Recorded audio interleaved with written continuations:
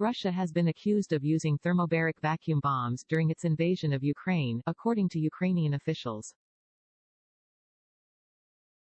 They used the vacuum bomb today, Ukraine's ambassador to the United States Oksana Markarova told reporters after meeting with U.S.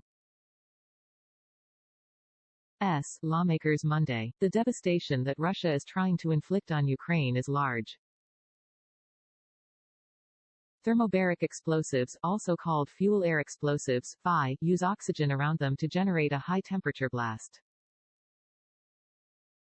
The blast wave typically lasts longer than a conventional explosive and has the ability to vaporize people.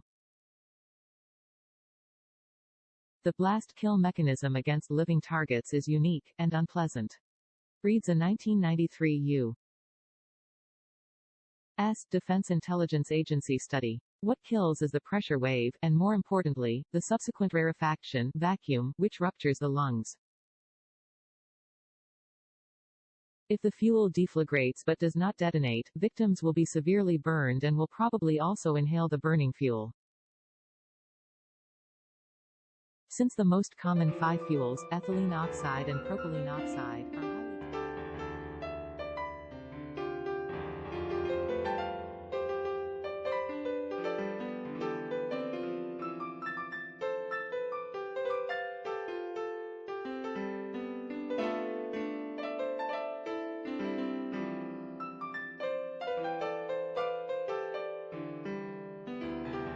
are highly Russian generals threatened to use vacuum bombs on rebels during the Chechnya conflict.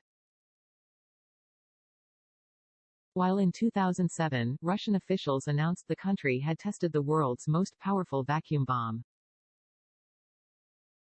Test results of the new airborne weapon have shown that its efficiency and power is commensurate with a nuclear weapon, Alexander Rukshin, then deputy head of Russia's Armed Force Chief of Staff, told Russian TV, Reuters reported at the time.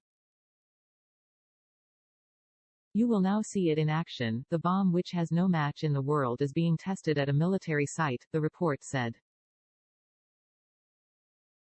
Russia has continued pummeling certain cities in Ukraine since it first invaded the nation on Thursday. Near Kyiv, satellite imagery shows a roughly 40-mile-long Russian convoy composed of tanks and armored vehicles.